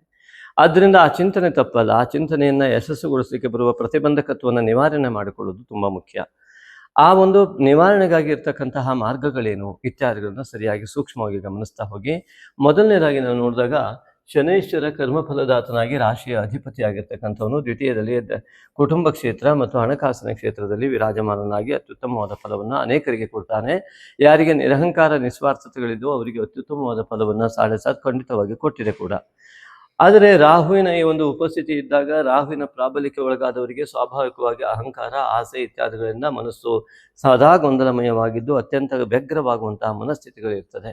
ಆದ್ದರಿಂದಾಗಿ ಈ ಒಂದು ಮನಸ್ಥಿತಿಯನ್ನು ಸಂಪೂರ್ಣವಾಗಿ ತನ್ನ ಹಿಡಿತದಲ್ಲಿ ಇಟ್ಕೊಂಡವನು. ಯಾಕೆಂದರೆ ಈ ಮಾತನ್ನು ಹೇಳಲಿಕ್ಕೆ ಒಂದು ಕಾರಣ ಇದೆ. ಮನಸ್ಥಿತಿಯನ್ನು ಹಿಡಿತದಲ್ಲಿ ಇಟ್ಟುಕೊಳ್ಳುವುದು ಯಾಕೆ ಅಂತ ಕೇಳಿದ್ರೆ, ನಿಮ್ಮ ರಾಶಿ ಕುಂಭ ರಾಶಿ ನಿಮ್ಮದು ಹೇಗಾಯಿತು ಅಂದರೆ, ನೀವು ಹುಟ್ಟುವಾಗ ಚಂದ್ರ ಕುಂಭ ರಾಶಿಯಲ್ಲಿದ್ದ, ಹಾಗಾಗಿ ನಿಮ್ಮ ರಾಶಿ ಚಂದ್ರ ಕುಂಭದಲ್ಲಿ ಇರುವುದರಿಂದಾಗಿಯೇ ಚಂದ್ರ ಮನಃಕಾರಕನಾಗಿರುವುದರಿಂದ ಕುಂಭ ರಾಶಿಗೆ ಈ ರಾಹುವಿನ ಒಂದು ಅಧಿಪತ್ಯವೇ, ಈಗ ರಾಹುವಿನ ಪ್ರಾಬಲ್ಯತೆ ಅತ್ಯಂತ ಇರುವುದರಿಂದ ರಾಹು ಕುಂಭರಾಶಿಯನ್ನು ಪ್ರವೇಶ ಮಾಡದಾಗಿನಿಂದ ನಿಮ್ಮ ಮನಸ್ಸಿನ ಹಿಡಿತ ಈ ಮಾಯೆಯ ಜಾಲದಲ್ಲಿ ಬಿದ್ದು ಹೋಗಿದೆ. ಹಾಗಾಗಿ ನಿಮ್ಮ ಕೈನಲ್ಲಿ ಇಲ್ಲ. ಇದನ್ನು ನಾವು ಗಮನಿಸಬೇಕಾಗಿದ್ದು. ಹಾಗಾಗಿ ಅನೇಕ ಗೊಂದಲಗಳು ನಿಮಗೆ ದೈಹಿಕವಾಗಿ ದೃಢತೆ ಇದ್ರೂ ಆ ಒಂದು ಸೂಕ್ಷ್ಮ ಶರೀರದ ದೌರ್ಬಲ್ಯತೆಯನ್ನು ಉಂಟು ಮಾಡುವುದು ರಾಹುವಿನ ಕೆಲಸ. ಆದ್ದರಿಂದ ಈ ರಾಹು ಸಂಪೂರ್ಣವಾಗಿ ಅನೇಕ ಜನ್ಮದ ನಾಗದೋಷ ಇತ್ಯಾದಿಗಳನ್ನು ಏನು ಹೇಳ್ತೇವೆ, ಗೊಂದಲಮಯವಾದ ಮಾಯೆ, ಅದನ್ನು ಸರ್ಪದೋಷ, ರಾಹುದೋಷ ಇತ್ಯಾದಿಗಳ ಶಬ್ದದಿಂದ ಕರೆಯುವಂಥದ್ದು ಜ್ಯೋತಿಷ ಭಾಷೆ. ಆದ್ದರಿಂದಾಗಿ ಯಾವ ಅಧ್ಯಾತ್ಮ ಸಾಧನೆಗೆ ಪ್ರತಿಬಂಧಕವಾಗಿ ಇರ್ತದೆಯೋ ಆ ವಿಚಾರಗಳೆಲ್ಲವೂ ಕೂಡ ರಾಹು ಆಗುತ್ತೆ. ಆದ್ದರಿಂದಾಗಿ ಈ ಒಂದು ಕುಂಭರಾಶಿಯವರಿಗೆ ಕುರಿತು ಧ್ಯಾನ ಮಾಡುವುದು ತುಂಬ ಕಷ್ಟವಾಗಿರುವಂತಹ ಸನ್ನಿವೇಶ ರಾಹು ಕುಂಭರಾಶಿಗೆ ಪ್ರವೇಶ ಮಾಡಿದಾಗಿನಿಂದ ಕೂಡ ಆಗಿದೆ. ಆದ್ದರಿಂದಾಗಿ ಮಾನಸಿಕವಾದಂತಹ ಅಸ್ವಸ್ಥತೆ ಎನ್ನುವಂಥದ್ದು, ಅರ್ಥಾತ್ ಮನೋಗೊಂದಲ, ನಿರಂತರವಾದ ಗೊಂದಲ, ಎಷ್ಟು ಮಾಡಿದ್ರೂ ಯಾವುದೂ ಪರಿಹಾರ ಆಗೋದಿಲ್ಲ, ಅಂದ್ಕೊಂಡಿದ್ದು ಒಂದು ಆಗೋದಿಲ್ಲ, ಎಲ್ಲವನ್ನು ಮಾಡುವ ಹುಮ್ಮಸ್ಸಿರುತ್ತೆ. ಆದರೆ ಅದಕ್ಕೆ ಯಾವುದೇ ದೈವಬಲ ಸಿಗೋದೇ ಇಲ್ಲ. ಯಾಕೆ ನಾವು ಮಾಡಿದ್ದೆಲ್ಲ ಯಶಸ್ಸಾಗದೆ ಯಾವುದೋ ಮಾಡದೇ ಇರೋದೆಲ್ಲ ಮೈ ಮೇಲೆ ಬಂದು ಕೂತ್ಕೊಂಡು ಏನೇನೋ ಆಗ್ತಾ ಇರುತ್ತಲ್ಲ, ನಾವು ಅಂದ್ಕೊಂಡಾಗ ಏನೋ ಆಗೋದೇ ಇಲ್ವಲ್ಲ ಎನ್ನುವಂಥ ಅತಿಯಾದಂತಹ ತೊಂದರೆ ಉಂಟಾಗ್ತಕ್ಕಂಥದ್ದು ಈ ಒಂದು ರಾಹುವಿನ ಪ್ರಭಾವದಿಂದ. ಅದರಿಂದಾಗಿ ಈ ರಾಹು ಪ್ರಭಾವದಿಂದ ದೂರ ಬರುವುದಕ್ಕೋಸ್ಕರವಾಗಿ ಏನು ಮಾಡಬೇಕು, ಇದೊಂದು ಬಹಳ ಮುಖ್ಯವಾಗಿದೆ. ಯಾಕೆಂದರೆ ಇಷ್ಟೊಂದು ಮಹಾಯೋಗ ಇದ್ದರೂ ಕೂಡ ನಮ್ಮ ಮನಸ್ಸು ಆ ಯೋಗದತ್ತ ಹೋಗದೇ ಇದ್ರೆ ಎಲ್ಲಿಂದ ಸಿಗುತ್ತೆ? ಅಲ್ಲಿ ಯಾವುದೋ ಒಂದು ಉತ್ತಮವಾದ ವ್ಯವಸ್ಥೆ ಇದೆ ನಮಗೆ ಅಂತಂದರೆ ಅಲ್ಲಿ ಹೋಗ್ಲಿಕ್ಕೆ ನಮ್ಮ ಮನಸ್ಸೇ ಒಪ್ಪದೇ ಇದ್ರೆ, ಅಲ್ಲಿ ಹೋಗದೇ ಇದ್ರೆ ಆ ವ್ಯವಸ್ಥೆ ನಮಗೆ ಹೇಗೆ ಸಿಗುತ್ತೆ? ಆದ್ದರಿಂದಾಗಿ ಈ ರಾಹುವಿನ ಪ್ರಭಾವ ಅತಿಯಾದ ಕುಂಭರಾಶಿಯವರಿಗೆ, ಈ ಒಂದು ರಾಹುವಿನ ಇರುವಿಕೆಯಿಂದ ಈ ರಾಶಿಯವರಿಗೆ ಅತಿಯಾದ ತೊಂದರೆಗಳು ಖಂಡಿತವಾಗಿ ಆಗೋಗಿದೆ, ಇನ್ನೂ ಕೂಡ ಇದೆ. ಅದನ್ನು ತಪ್ಪಿಸಿಕೊಳ್ಳುವ ರೀತಿ ಏನು ಅಂತ ನೋಡಿದಾಗ ಇದಕ್ಕೆ ಅತಿ ಮುಖ್ಯವಾಗಿ ಕೇತುವಿನ ಒಂದು ರಾಹು ಕೇತುವಿನ ಈ ವ್ಯವಸ್ಥೆ ಇದೆಯಲ್ಲ, ನೇರವಾಗಿ 180 ಡಿಗ್ರಿಯ ಮಧ್ಯದಲ್ಲಿ ಇದ್ದು ಒಂದು ಕಾಳಸರ್ಪ ಯೋಗವು ಸೃಷ್ಟಿಯಾಗಿ ಕುಂಭರಾಶಿಯವರಿಗೆ ರಾಹುವಿನ ಒಂದು ಗ್ರಸ್ತತೆಯಿಂದಾಗಿ ತುಂಬ ತೊಂದರೆ ಆಗಿರುವಂಥದ್ದು. ಆ ರಾಹುವಿನ ಒಂದು ಅತ್ಯಂತ ಪ್ರಭಾವಕ್ಕೆ ಒಳಗಾಗಿದ್ದರಿಂದ ಇದರ ಬಿಡುಗಡೆಗಾಗಿಯೇ ಅನೇಕ ವಿಧವಾದ ಪೂಜೆಗಳಲ್ಲಿ ಅತ್ಯಂತ ಶ್ರೇಷ್ಠವಾದಂತಹ ಮಾನಸ ಪೂಜೆ ಅದು ಯಾವುದು? ಮನಸ್ಸಿನಿಂದ ಮಾಡಿದ ಪೂಜೆ ಅತ್ಯಂತ ಫಲ ಕೊಡ್ತದೆ, ಆದರೆ ಮನಸ್ಸಿನಲ್ಲಿಯೇ ಮಾಡುವ ಪೂಜೆ ಸಂಪೂರ್ಣ ಫಲ ಕೊಡ್ತದೆ. ಈ ಒಂದು ಕುಂಭರಾಶಿಯವರಿಗೆ ಮಾನಸ ಪೂಜೆ ಅಂತ ಅತ್ಯಂತ ಶ್ರೇಷ್ಠ ಪೂಜೆ ಇನ್ನೊಂದು ಇರಲಿಕ್ಕೆ ಸಾಧ್ಯವೇ ಇಲ್ಲ. ಆದ್ದರಿಂದಾಗಿ ಮಾನಸ ಪೂಜೆಯನ್ನು ಖಂಡಿತವಾಗಿ ದಯವಿಟ್ಟು ಮಾಡಿ ಅಂತ ನಾವು ವಿನಂತಿ ಮಾಡ್ಕೊಳ್ತೇವೆ. ಹಾಗಿದ್ರೆ ಯಾವುದನ್ನು ಮಾಡಬೇಕು? ನಾಗದೋಷ ನಿವಾರಣೆ ಆಗ್ತಕ್ಕಂಥ, ಅರ್ಥಾತ್ ರಾಹು ದೋಷ ನಿವಾರಣೆ ಆಗ್ತಕ್ಕಂತಹ ಮತ್ತು ಕೇತು ದೋಷ ನಿವಾರಣೆ ಆಗ್ತಕ್ಕಂತಹ ಮಾನಸ ಪೂಜೆ ಆಗಬೇಕು. ರಾಹು ಮತ್ತು ಕೇತು ದೋಷಗಳು ಯಾವುದು? ಇದನ್ನು ಸ್ವಲ್ಪ ವಿವರಿಸೋದಾದರೆ, ಮನಸ್ಸಿಗೆ ಬರುವ ವಿಘ್ನಗಳು ಈ ಒಂದು ಕೇತುವಿನಿಂದ ಉಂಟಾಗುತ್ತೆ. ಕೇತು ದೋಷ ಅಂತಂದರೆ, ನಾವು ಯಾವುದೇ ಒಂದು ಪೂಜೆಯನ್ನು ಮಾಡುವಾಗ ಗಣಪತಿ ಪೂಜೆಯನ್ನು ಮಾಡ್ತೇವೆ, ಆ ದೇವರ ಫಲ ಸಿಗುವುದಕ್ಕಾಗಿ ಮನಸ್ಸಿಗೆ ವಿಘ್ನ ಬರಬಾರ್ದು. ಚಂದ್ರ ಮತ್ತು ಕೇತುವನ್ನು ಒಂದು ವಿರುದ್ಧ ದಿಕ್ಕಿನಲ್ಲಿ ಸ್ಥಾಪನೆ ಮಾಡ್ತಾರೆ. ಅದೇ ರೀತಿಯಾಗಿ ಮನಸ್ಸಿಗೆ ವಿಘ್ನ ತರ್ತಕ್ಕಂಥದ್ದು ಕೇತುವಾದರೆ, ಬುದ್ಧಿಗೆ ವಿಘ್ನ ತರ್ತಕ್ಕಂಥದ್ದು ರಾಹು ಆಗಿರುತ್ತೆ. ಅದನ್ನು ಮನೋಬುದ್ಧಿಗಳ ಒಂದು ಉತ್ತಮವಾದ ಪ್ರಾಬಲ್ಯತೆಯನ್ನು ತಡೆಯುವುದೇ ರಾಹುಕೇತು ದೋಷಗಳು. ಮನಸ್ಸು ಮತ್ತು ಬುದ್ಧಿಯ ಮೂಲಕವೇ ಇಡೀ ಜೀವನ ನಿರ್ವಹಣೆ ಆಗುವಂಥದ್ದು. ಮನಸ್ಸಿನಲ್ಲಿಯ ಯೋಚನೆ, ಅದರ ಪ್ರಾಬಲ್ಯತೆಯನ್ನು ಆಧರಿಸಿ ನಿರ್ಧಾರ, ಅದೇ ಜೀವನ ನಿರ್ವಹಣೆಯ ಆಧಾರ. ಆದ್ದರಿಂದಾಗಿ ಮನಸ್ಸು ಬುದ್ಧಿಗಳ ಮೇಲೆ ಬೀಳುವ ಮಾಯಾಜಾಲವೇ ರಾಹುಕೇತುವಿನದಾಗಿರುತ್ತೆ. ಆದ್ದರಿಂದ ನವಗ್ರಹದಲ್ಲಿ ಕೇತುವಿನ ವಿರುದ್ಧವಾಗಿ ಚಂದ್ರನು ಮತ್ತು ಆ ನೈಋತ್ಯ ದಿಕ್ಕಿನಲ್ಲಿ ರಾಕ್ಷಸ ದಿಕ್ಕಿನಲ್ಲಿರುವಂಥ ರಾಹು, ಎಲ್ಲ ಪಾಪಾಂಶಗಳನ್ನೇ ಕೊಡ್ತಕ್ಕಂತಹ ರಾಹು ಆ ಬುದ್ಧಿಯ ವಿರುದ್ಧವಾದ ಬುಧಗ್ರಹದ ವಿರುದ್ಧವಾಗಿ ನೈಋತ್ಯ ದಿಕ್ಕಿನಲ್ಲಿ ಇರತಕ್ಕಂಥದ್ದು. ಆದ್ದರಿಂದ ಮನಸ್ಸು ಮತ್ತು ಬುದ್ಧಿಗಳ ಒಂದು ಪ್ರಾಬಲ್ಯತೆಗೋಸ್ಕರವಾಗಿ ರಾಹುಕೇತುವಿನ ದೋಷದಿಂದ, ಅದರ ಮಾಯಾಜಾಲದಿಂದ ಹೊರಬರುವುದೇ ಅತಿ ಮುಖ್ಯವಾದ ಉದ್ದೇಶ.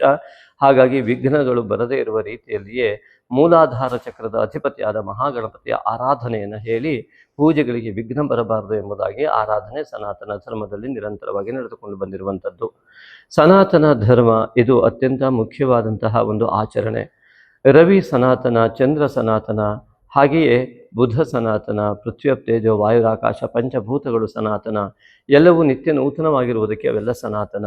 ಯಾವುದೆಲ್ಲ ಹಳೆಯದೋ, ನಮಗಿಂತ ಮುಂಚೆ ಇರುವಂಥದ್ದು ಇನ್ನೂ ಕೂಡ ನೂತನವಾಗಿ ನಮಗೆ ಭಾಸವಾಗ್ತಾ ಹೋಗ್ತದೆಯೋ, ಇನ್ನು ಮುಂದೆ ಹುಟ್ಟುವಂಥವರಿಗೂ ಕೂಡ ಇದು ಒಂದು ಹೊಸತನವನ್ನೇ ಕೊಡ್ತದೆಯೋ ಅಂತಹದ್ದೆಲ್ಲವೂ ಕೂಡ ಸನಾತನ. ಅದೇ ಸೂರ್ಯ ಚಂದ್ರಾದಿ ರಶ್ಮಿಗಳು, ಹಾಗೆಯೇ ಭೂಮಿ, ಅದೇ ರೀತಿಯಾಗಿ ಪಂಚಭೂತಗಳೆಲ್ಲವೂ ಕೂಡ. ಹಾಗಾಗಿ ಇದನ್ನು ಅವಲಂಬಿಸಿ ಬದುಕುವ ಪ್ರತಿ ಜೀವಿಯೂ ಕೂಡ ಸನಾತನಿ ಆಗಿರುತ್ತೆ.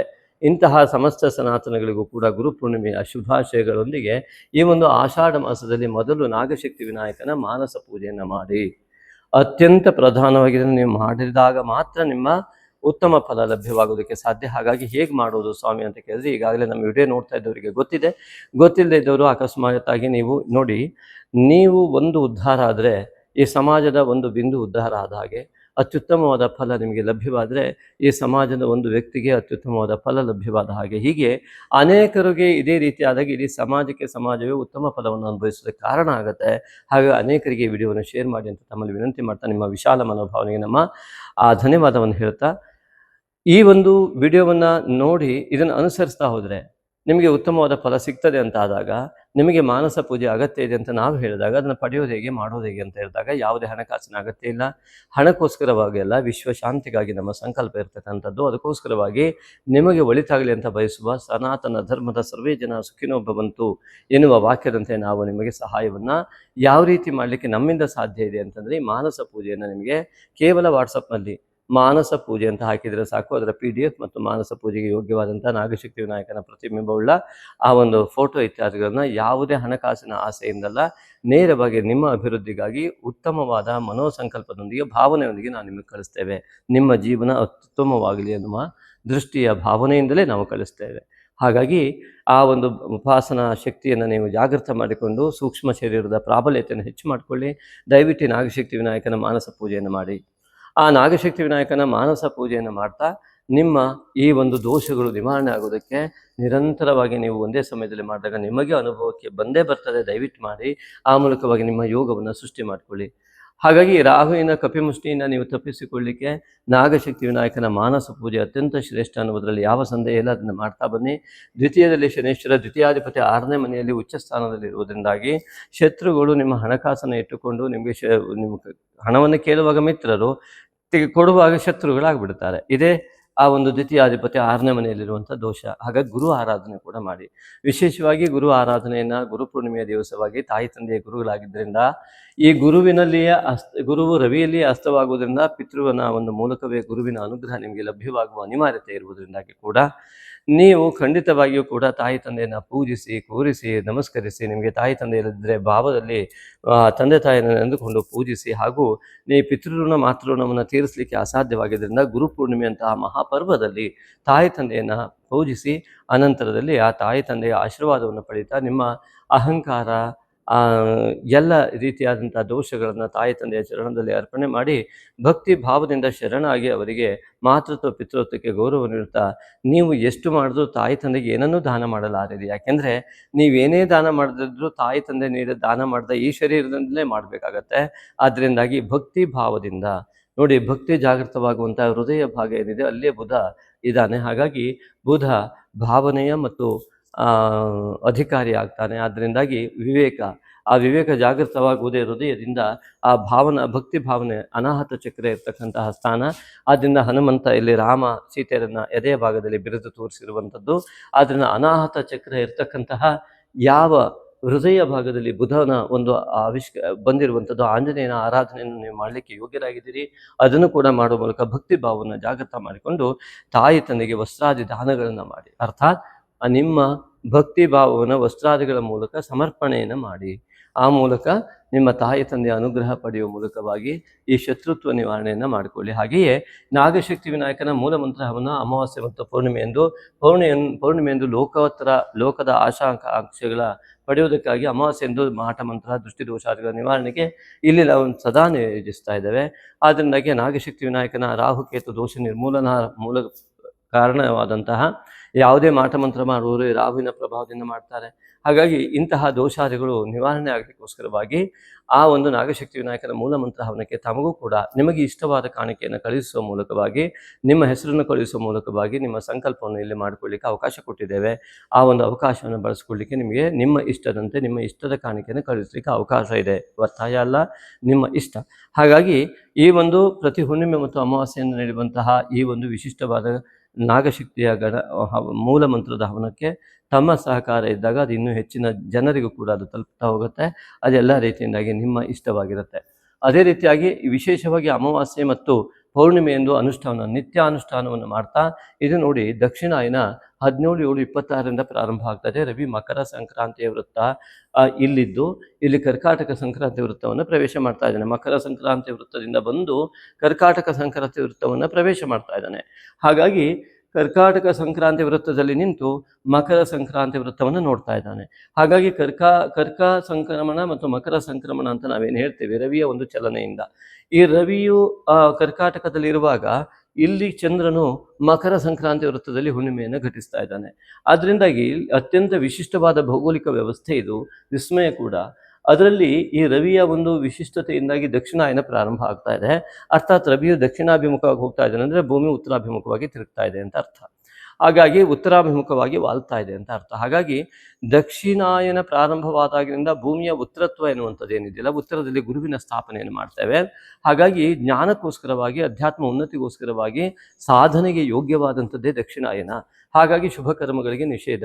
ಹಾಗೂ ಉತ್ತರಾಯಣದಲ್ಲಿ ಮರಣ ಅತ್ಯಂತ ಪ್ರಶಸ್ತ. ಯಾಕೆ ಅಂದರೆ ಭೂಮಿ ದಕ್ಷಿಣಾಭಿಮುಖವಾಗಿ ವಾಲುತ್ತೆ. ಭೀಷ್ಮ ಆ ಉತ್ತರಾಯಣ ಕಾಲಕ್ಕಾಗಿ ಪುಣ್ಯಕಾಲಕ್ಕಾಗಿ ಕಾಯ್ತಾ ಇದ್ದ ತನ್ನ ಪಿತೃಗಳ ಜೊತೆ ಸೇರಿಕೊಳ್ಳುವುದಕ್ಕೆ, ಭೂಮಿಯ ವೇಗದೊಂದಿಗೆ ತನ್ನನ್ನು ತಾನು ಸೇರಿಸಿಕೊಳ್ಳುವುದಕ್ಕಾಗಿ.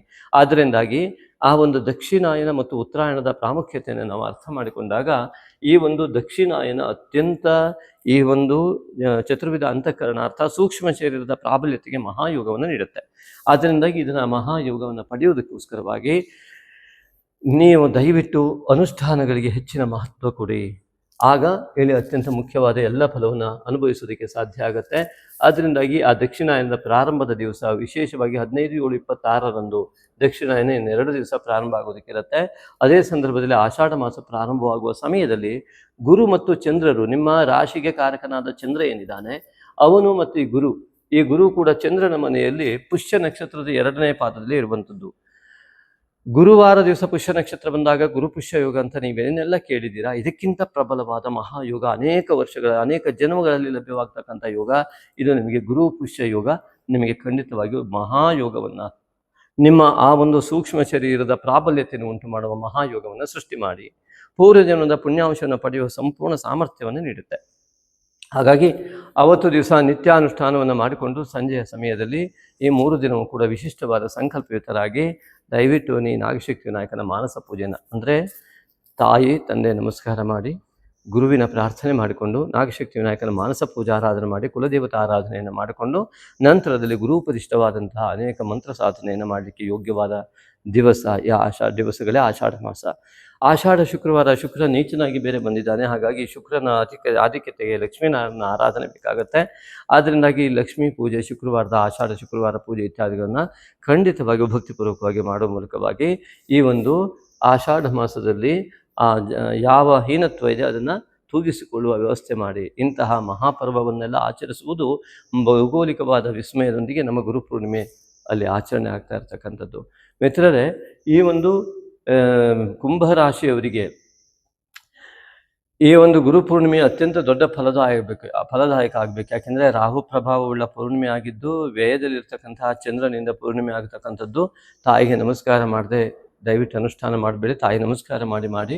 ಇನ್ನು ಆ ಒಂದು ಚತುರ್ಥದಲ್ಲಿ ಕುಜನು ಪಂಚಮಕ್ಕೆ ಹೋಗ್ತಾ ಇರುವುದು, ಚತುರ್ಥಾಧಿಪತಿ ನೀಚನಾಗಿ ಇಲ್ಲಿ ಅಷ್ಟಮದಲ್ಲಿ ಬರ್ತಕ್ಕಂಥದ್ದು. ಹಾಗಾಗಿ ಆರ್ಥಿಕ ಸ್ಥಿತಿಗತಿಗಳಲ್ಲಿ ಅತ್ಯಂತ ಎಚ್ಚರಿಕೆ ಬೇಕು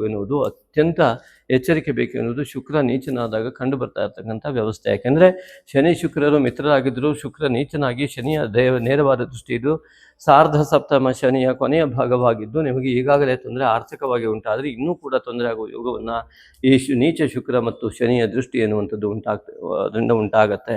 ಅದನ್ನು ಸರಿ ಮಾಡಿಕೊಳ್ಳಿಕ್ಕೆ ಲಕ್ಷ್ಮೀನಾರಾಯಣ ಆರಾಧನೆ, ಆಂಜನೇಯನ ಆರಾಧನೆ ಅತಿ ಮುಖ್ಯವಾಗಿ ಇಲ್ಲಿ ಗಮನಿಸಬೇಕಾದಂಥದ್ದು. ಇನ್ನು ರಾಶಿಯಿಂದ ಪಂಚಮದಲ್ಲಿ ಕುಜನು ತೃತೀಯಾಧಿಪತಿಯಾಗಿಯೂ ದಶಮಾಧಿಪತಿಯಾಗಿರುವುದರಿಂದ ಸಹೋದರಾದಿ ಸಹಕಾರಗಳು ಲಭ್ಯವಾಗುತ್ತೆ. ಉದ್ಯೋಗದಲ್ಲಿ ಉನ್ನತಿಯ ಯೋಗಗಳು ಕಂಡು ಬರ್ತಾ ಇದೆ. ಇನ್ನು ಈ ಒಂದು ಪಂಚಮಾಧಿಪತಿಯಾದ ಬುಧನು ಶಿಷ್ಟಕ್ಕೆ ಹೋಗ್ತಾ ಇರುವುದರಿಂದ ನಿಮ್ಮ ವಿವೇಚನಾ ಶಕ್ತಿ ನಿಮಗೆ ಜೀವನಕ್ಕೆ ಉಪಯೋಗವಾಗದ ನಿರ್ಧಾರವನ್ನು ತೆಗೆದುಕೊಳ್ಳುವ ಭೀತಿ ಇರುವುದರಿಂದ ಆಂಜನೇಯನ ಆರಾಧನೆಯನ್ನು ಮಾಡಿ. ಆಂಜನೇಯನ ನಿರಂತರವಾದ ಹನುಮಾನ್ ಚಾಲಿಸ್ ಇತ್ಯಾದಿಗಳನ್ನು ಓದುವಂಥದ್ದು, ಸಿಂಧೂರವನ್ನು ಅರ್ಪಣೆ ಮಾಡಿ ಅದನ್ನು ಹಣೆಗೆ ಇಟ್ಟುಕೊಳ್ತಕ್ಕಂಥದ್ದು, ಆಂಜನೇಯನ ಅಷ್ಟೋತ್ತರ ಮತ್ತು ಅಂಜನಾಗರ್ಭ ಸಂಭೂತಂ ವಂದೇ ಕೇಸರಿನಂದನಂ ಧ್ಯಾನಾಸಕ್ತಂ ಮಹಾವೀರಂ ರಾಮ ಭಕ್ತಂ ನಮಾಮ್ಯಹಂ ಎನ್ನುವಂತಹ ಶ್ಲೋಕವನ್ನು ನಿರಂತರವಾಗಿ ಪಠಿಸ್ತಕ್ಕಂಥದ್ದು ಇತ್ಯಾದಿಗಳು. ಆದ್ದರಿಂದಾಗಿ ನಂತರದಲ್ಲಿ ಈ ಒಂದು ಗುರುವು ಸಪ್ತಮದಲ್ಲಿ ಮಕರ ರಾಶಿಗೂ ಇಲ್ಲಿ ಶಿಷ್ಟಕ್ಕೆ ಗುರು ರವಿ ಬುಧ ಎಲ್ಲರೂ ಕೂಡ ಶತ್ರು ಕ್ಷೇತ್ರದಲ್ಲಿ ಕುಳಿತಿದ್ದಾವೆ. ಅಂದರೆ ನಿಮಗೆ ಜೀವನವೇ ಬೇಡ ಅನ್ನುವಂಥ ಚಿಂತನೆ ಬಂದಿರೋ ಸಾಧ್ಯತೆಗಳು ಬಹಳ ಜನ ಕುಂಭರಾಶಿಯವರಿಗೆ ಇರುವ ಸಾಧ್ಯತೆ ಇದೆ. ಯಾಕೆಂದರೆ ಷಷ್ಠದಲ್ಲಿ ಇರ್ತಕ್ಕಂಥ ಈ ಒಂದು ವ್ಯವಸ್ಥೆ ರಾಶಿಯಲ್ಲಿ ರಾಹುವಿನ ವ್ಯವಸ್ಥೆ. ಆದ್ದರಿಂದಾಗಿ ಅಂತಹ ಅಗತ್ಯ ಇಲ್ಲ. ಜೀವನ ಅತ್ಯಂತ ಪ್ರಶಸ್ತವಾಗಿದೆ, ನಾವಾಗ ಹಾಳು ಮಾಡ್ಕೊಳ್ತಾ ಇದ್ದೇವೆ.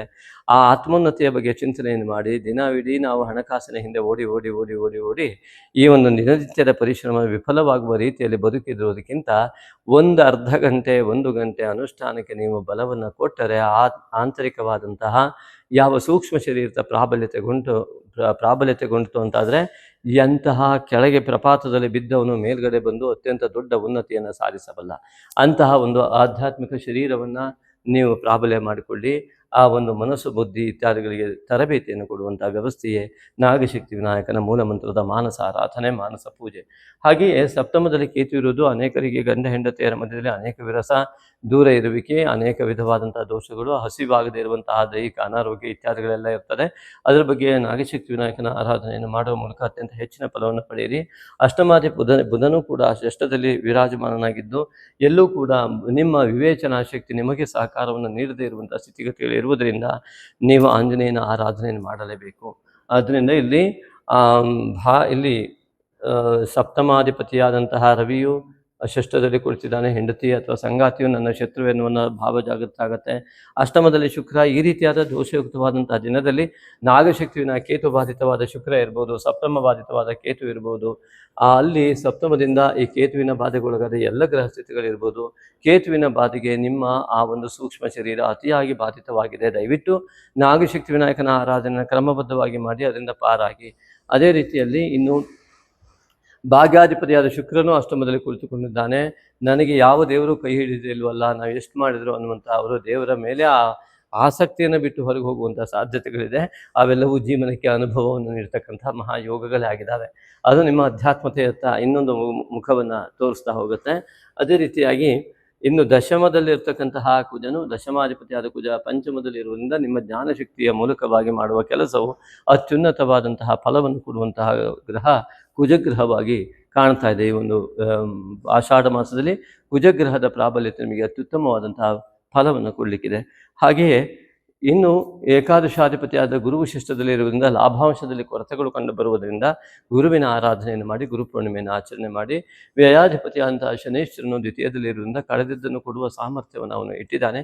ಆ ಸಾರ್ಧ ಸಪ್ತಮ ಶನಿಯ ಕೊನೆಯ ಭಾಗ ಆಗಿದ್ದರಿಂದ ಅಲ್ಲೂ ಕೂಡ ನೀವು ಕಳೆದದ್ದನ್ನು ಮತ್ತೆ ಗಳಿಸುವ ಮಹಾಶಕ್ತಿಯನ್ನು ಶನೇಶ್ವರನು ಕೊಡ್ತಾನೆ. ಅದಕ್ಕೆ ಆಂಜನೇಯನ ಆರಾಧನೆ ಬೇಕು.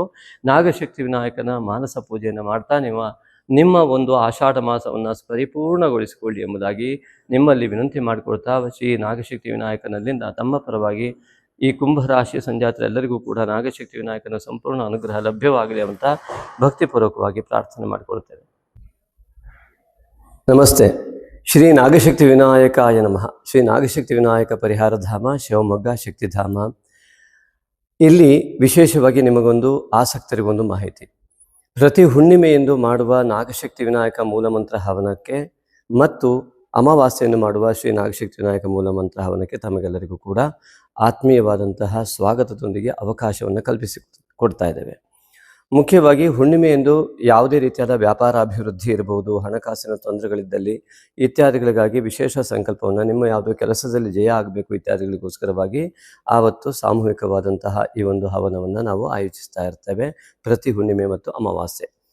ಅಮಾವಾಸ್ಯೆಯ ಸಂಕಲ್ಪ, ಮಾಟಮಂತ್ರ, ದೃಷ್ಟಿದೋಷ ಇತ್ಯಾದಿಗಳ ನಿವಾರಣೆಗಾಗಿ ನಾಗಶಕ್ತಿ ವಿನಾಯಕನ ಮೂಲಮಂತ್ರದ ಹವನವನ್ನು ಇಲ್ಲಿ ಆಯೋಜಿಸ್ತಾ ಬರ್ತಾ ಇದ್ದೇವೆ. ಇದಕ್ಕೆ ಮುಖ್ಯವಾಗಿ ತಮ್ಮ ಪಾಲ್ಗೊಳ್ಳುವಿಕೆ ಹೇಗೆ, ಅದರ ಫಲವನ್ನು ನೀವು ಪಡೆದುಕೊಳ್ಳುವುದು ಹೇಗೆ ಎನ್ನುವುದು ಅತಿ ಸುಲಭವಾದ ಮಾರ್ಗ. ನೀವು ನಿಮಗೆ ಇಷ್ಟವಾದ ಕಾಣಿಕೆಯನ್ನು ಹುಣ್ಣಿಮೆಗೋ ಅಥವಾ ಅಮಾವಾಸ್ಯೆಗೋ ಅಂತ ಮೆನ್ಷನ್ ಮಾಡಿ ಅದನ್ನು ವಾಟ್ಸಪ್ ಮಾಡುವ ಮೂಲಕವಾಗಿ ಫೋನ್ಪೇ ಅಥವಾ ಗೂಗಲ್ ಪೇಯನ್ನು ಮಾಡಿ ಅದರ ರಿಸಿಪ್ಟನ್ನು ಹಾಕಿ ನಿಮ್ಮ ಮೂಲ ಅಮಾವಾಸ್ಯೆ ಮತ್ತು ಹುಣ್ಣಿಮೆ ಈಗಾಗಲೇ ಹೇಳಿದ ಉದ್ದೇಶದಂತೆ ಆ ಉದ್ದೇಶವನ್ನು ನಮೂದಿಸಿ, ನಿಮ್ಮ ರಾಶಿ, ನಕ್ಷತ್ರ ಮತ್ತು ಉದ್ದೇಶ ಇಷ್ಟನ್ನು ನೀವು ನಮೂದಿಸಿ ನಮಗೆ ವಾಟ್ಸಪ್ ಮಾಡುವ ಮೂಲಕವಾಗಿ ನೀವು ಖಂಡಿತವಾಗಿ ಇದರಲ್ಲಿ ನಿಮಗೆ ಆ ಒಂದು ಫಲ ಸಿಗುವಂಥದ್ದಕ್ಕೆ ಭಾಗವಹಿಸಲಿಕ್ಕೆ ನಿಮಗೆ ಅವಕಾಶ. ಅದೇ ರೀತಿಯಾಗಿ ಅದರ ಪ್ರಸಾದವನ್ನು ಕೂಡ ತಲುಪಿಸುವಂತಹ ವ್ಯವಸ್ಥೆಯನ್ನು ಕೂಡ ನಾವು ಆದಷ್ಟು ಪ್ರಯತ್ನಪಟ್ಟು ಮಾಡ್ತಾ ಇದ್ದೇವೆ. ಹಾಗಾಗಿ ಅನೇಕರಿಗೆ ಈಗಾಗಲೇ ಆ ಒಂದು ವ್ಯವಸ್ಥೆಯಿಂದ ಅನುಕೂಲ ಆಗಿದೆ. ನಮ್ಮನ್ನು ಸೃಷ್ಟಿಸಿದ ದೇವರಿಗೆ ಋಣಿಯಾಗಿ ದಾನದಲ್ಲೇ ಶ್ರೇಷ್ಠವಾದ ದಾನವಾದ ಸಾತ್ವಿಕ ದಾನವನ್ನು ಮಾಡಲು ಸಹೃದಯ ಆಸಕ್ತ ದಾನಿಗಳಿಗಿದು ಪುಣ್ಯಕಾಲ. ಶ್ರೀ ನಾಗಶಕ್ತಿ ವಿನಾಯಕನ ದೇವಾಲಯ ನಿರ್ಮಾಣಕ್ಕಾಗಿ ಭಕ್ತಿ ಭಾವದಿಂದ ನೀವು ನೀಡುವ ಒಂದೊಂದು ರೂಪಾಯಿಯೂ ನಿಮ್ಮ ಅನೇಕ ತಲೆಮಾರುಗಳವರೆಗೆ ಪುಣ್ಯವನ್ನು ಪ್ರವಹಿಸುವ ದೇಣಿಗೆಯಾಗಿರುವುದು. ಈಗಾಗಲೇ ಶಿವಮೊಗ್ಗದ ಶಕ್ತಿಧಾಮ ಟೌನ್ಶಿಪ್ನಲ್ಲಿ ನಿರ್ಮಾಣ ಹಂತದಲ್ಲಿರುವ ಶ್ರೀ ನಾಗಶಕ್ತಿ ವಿನಾಯಕನ ದೇವಾಲಯಕ್ಕೆ ಸುಮಾರು 1.5 ಕೋಟಿಯಷ್ಟು ನಿರ್ಮಾಣ ವೆಚ್ಚ ತಲುಪಬಹುದೆಂದು ಅಂದಾಜಿಸಿದ್ದು, ದೈವೇಚ್ಛೆಯಂತೆ ಭಕ್ತಿಯುಕ್ತ ಮುಕ್ತ ಮನಸ್ಸಿನಿಂದ 9448507161 ಈ ನಂಬರಿಗೆ ನಿಮಗೆ ದೇವಪ್ರೇರಣೆಯಾದಷ್ಟು ದೇಣಿಗೆಯನ್ನು ಫೋನ್ಪೇ ಅಥವಾ ಗೂಗಲ್ ಪೇ ಮಾಡಿ ರಿಸಿಪ್ಟನ್ನು ವಾಟ್ಸಪ್ ಮಾಡಿ ಟೆಂಪಲ್ ಅಥವಾ ದೇವಾಲಯವೆಂದು ನಮೂದಿಸಿದಲ್ಲಿ ಸೂಕ್ತ ದೇಣಿಗೆಗೆ ವಾಟ್ಸಪ್ನಲ್ಲಿ ರಶೀದಿ ಕಳುಹಿಸಲಾಗುವುದು. ಹೆಚ್ಚಿನ ಮಾಹಿತಿಗಾಗಿ ವಾಟ್ಸಪ್ ಮೂಲಕ ಸಂಪರ್ಕಿಸಬಹುದು. ಸರ್ವೇ ಜನಾಃ ಸುಖಿನೋ ಭವಂತು. ನಮಸ್ತೆ. ಶ್ರೀ ನಾಗಶಕ್ತಿ ವಿನಾಯಕಾಯ ನಮಃ. ಶ್ರೀ ನಾಗಶಕ್ತಿ ವಿನಾಯಕ ಪರಿಹಾರ ಧಾಮ ಶಿವಮೊಗ್ಗ ಶಕ್ತಿಧಾಮ. ಇಲ್ಲಿ ವಿಶೇಷವಾಗಿ ನಿಮಗೊಂದು ಆಸಕ್ತರಿಗೊಂದು ಮಾಹಿತಿ. ಪ್ರತಿ ಹುಣ್ಣಿಮೆಯೆಂದು ಮಾಡುವ ನಾಗಶಕ್ತಿ ವಿನಾಯಕ ಮೂಲಮಂತ್ರ ಹವನಕ್ಕೆ ಮತ್ತು ಅಮಾವಾಸ್ಯೆಯನ್ನು ಮಾಡುವ ಶ್ರೀ ನಾಗಶಕ್ತಿ ವಿನಾಯಕ ಮೂಲಮಂತ್ರ ಹವನಕ್ಕೆ ತಮಗೆಲ್ಲರಿಗೂ ಕೂಡ ಆತ್ಮೀಯವಾದಂತಹ ಸ್ವಾಗತದೊಂದಿಗೆ ಅವಕಾಶವನ್ನು ಕಲ್ಪಿಸಿ ಕೊಡ್ತಾ ಇದ್ದೇವೆ. ಮುಖ್ಯವಾಗಿ ಹುಣ್ಣಿಮೆಯೆಂದು ಯಾವುದೇ ರೀತಿಯಾದ ವ್ಯಾಪಾರ ಅಭಿವೃದ್ಧಿ ಇರಬಹುದು, ಹಣಕಾಸಿನ ತೊಂದರೆಗಳಿದ್ದಲ್ಲಿ ಇತ್ಯಾದಿಗಳಿಗಾಗಿ ವಿಶೇಷ ಸಂಕಲ್ಪವನ್ನು, ನಿಮ್ಮ ಯಾವುದೋ ಕೆಲಸದಲ್ಲಿ ಜಯ ಆಗಬೇಕು ಇತ್ಯಾದಿಗಳಿಗೋಸ್ಕರವಾಗಿ ಆವತ್ತು ಸಾಮೂಹಿಕವಾದಂತಹ ಈ ಒಂದು ಹವನವನ್ನು ನಾವು ಆಯೋಜಿಸ್ತಾ ಇರ್ತೇವೆ ಪ್ರತಿ ಹುಣ್ಣಿಮೆ ಮತ್ತು ಅಮಾವಾಸ್ಯೆ. ಅಮಾವಾಸ್ಯೆಯ ಸಂಕಲ್ಪ, ಮಾಟಮಂತ್ರ, ದೃಷ್ಟಿದೋಷ ಇತ್ಯಾದಿಗಳ ನಿವಾರಣೆಗಾಗಿ ನಾಗಶಕ್ತಿ ವಿನಾಯಕನ ಮೂಲಮಂತ್ರದ ಹವನವನ್ನು ಇಲ್ಲಿ ಆಯೋಜಿಸ್ತಾ ಬರ್ತಾ ಇದ್ದೇವೆ. ಇದಕ್ಕೆ ಮುಖ್ಯವಾಗಿ ತಮ್ಮ ಪಾಲ್ಗೊಳ್ಳುವಿಕೆ ಹೇಗೆ, ಅದರ ಫಲವನ್ನು ನೀವು ಪಡೆದುಕೊಳ್ಳುವುದು ಹೇಗೆ ಎನ್ನುವುದು ಅತಿ ಸುಲಭವಾದ ಮಾರ್ಗ. ನೀವು ನಿಮಗೆ ಇಷ್ಟವಾದ ಕಾಣಿಕೆಯನ್ನು ಹುಣ್ಣಿಮೆಗೋ ಅಥವಾ ಅಮಾವಾಸ್ಯೆಗೋ ಅಂತ ಮೆನ್ಷನ್ ಮಾಡಿ ಅದನ್ನು ವಾಟ್ಸಪ್ ಮಾಡುವ ಮೂಲಕವಾಗಿ ಫೋನ್ಪೇ ಅಥವಾ ಗೂಗಲ್ ಪೇಯನ್ನು ಮಾಡಿ ಅದರ ರಿಸಿಪ್ಟನ್ನು ಹಾಕಿ ನಿಮ್ಮ ಮೂಲ ಅಮಾವಾಸ್ಯೆ ಮತ್ತು ಹುಣ್ಣಿಮೆ ಈಗಾಗಲೇ ಹೇಳಿದ ಉದ್ದೇಶದಂತೆ ಆ ಉದ್ದೇಶವನ್ನು ನಮೂದಿಸಿ ನಿಮ್ಮ ರಾಶಿ, ನಕ್ಷತ್ರ ಮತ್ತು ಉದ್ದೇಶ ಇಷ್ಟನ್ನು ನೀವು ನಮೂದಿಸಿ ನಮಗೆ ವಾಟ್ಸಪ್ ಮಾಡುವ ಮೂಲಕವಾಗಿ ನೀವು ಖಂಡಿತವಾಗಿ ಇದರಲ್ಲಿ ನಿಮಗೆ ಆ ಒಂದು ಫಲ ಸಿಗುವಂಥದ್ದಕ್ಕೆ ಭಾಗವಹಿಸಲಿಕ್ಕೆ ನಿಮಗೆ ಅವಕಾಶ. ಅದೇ ರೀತಿಯಾಗಿ ಅದರ ಪ್ರಸಾದವನ್ನು ಕೂಡ ತಲುಪಿಸುವಂಥ ವ್ಯವಸ್ಥೆಯನ್ನು ಕೂಡ ನಾವು ಆದಷ್ಟು ಪ್ರಯತ್ನಪಟ್ಟು ಮಾಡ್ತಾ ಇದ್ದೇವೆ. ಹಾಗಾಗಿ ಅನೇಕರಿಗೆ ಈಗಾಗಲೇ ಆ ಒಂದು ವ್ಯವಸ್ಥೆಯಿಂದ ಅನುಕೂಲ ಆಗಿದೆ. ನಮ್ಮನ್ನು ಸೃಷ್ಟಿಸಿದ ದೇವರಿಗೆ ಋಣಿಯಾಗಿ ದಾನದಲ್ಲೇ ಶ್ರೇಷ್ಠವಾದ ದಾನವಾದ ಸಾತ್ವಿಕ ದಾನವನ್ನು ಮಾಡಲು ಸಹೃದಯ ಆಸಕ್ತ ದಾನಿಗಳಿಗಿದು ಪುಣ್ಯಕಾಲ. ಶ್ರೀ ನಾಗಶಕ್ತಿ ವಿನಾಯಕನ ದೇವಾಲಯ ನಿರ್ಮಾಣಕ್ಕಾಗಿ ಭಕ್ತಿ ಭಾವದಿಂದ ನೀವು ನೀಡುವ ಒಂದೊಂದು ರೂಪಾಯಿಯೂ ನಿಮ್ಮ ಅನೇಕ ತಲೆಮಾರುಗಳವರೆಗೆ ಪುಣ್ಯವನ್ನು ಪ್ರವಹಿಸುವ ದೇಣಿಗೆಯಾಗಿರುವುದು. ಈಗಾಗಲೇ ಶಿವಮೊಗ್ಗದ ಶಕ್ತಿಧಾಮ ಟೌನ್ಶಿಪ್ನಲ್ಲಿ ನಿರ್ಮಾಣ ಹಂತದಲ್ಲಿರುವ ಶ್ರೀ ನಾಗಶಕ್ತಿ ವಿನಾಯಕನ ದೇವಾಲಯಕ್ಕೆ ಸುಮಾರು 1.5 ಕೋಟಿಯಷ್ಟು ನಿರ್ಮಾಣ ವೆಚ್ಚ ತಲುಪಬಹುದೆಂದು ಅಂದಾಜಿಸಿದ್ದು, ದೈವೇಚ್ಛೆಯಂತೆ ಭಕ್ತಿಯುಕ್ತ ಮುಕ್ತ ಮನಸ್ಸಿನಿಂದ 9448507161 ಈ ನಂಬರಿಗೆ ನಿಮಗೆ ದೇವಪ್ರೇರಣೆಯಾದಷ್ಟು ದೇಣಿಗೆಯನ್ನು ಫೋನ್ಪೇ ಅಥವಾ ಗೂಗಲ್ ಪೇ ಮಾಡಿ ರಿಸಿಪ್ಟನ್ನು ವಾಟ್ಸಪ್ ಮಾಡಿ ಟೆಂಪಲ್ ಅಥವಾ ದೇವಾಲಯವೆಂದು ನಮೂದಿಸಿದಲ್ಲಿ ಸೂಕ್ತ ದೇಣಿಗೆಗೆ ವಾಟ್ಸಪ್ನಲ್ಲಿ ರಶೀದಿ ಕಳುಹಿಸಲಾಗುವುದು. ಹೆಚ್ಚಿನ ಮಾಹಿತಿಗಾಗಿ ವಾಟ್ಸಪ್ ಮೂಲಕ ಸಂಪರ್ಕಿಸಬಹುದು. ಸರ್ವೇ ಜನಾಃ ಸುಖಿನೋ ಭವಂತು.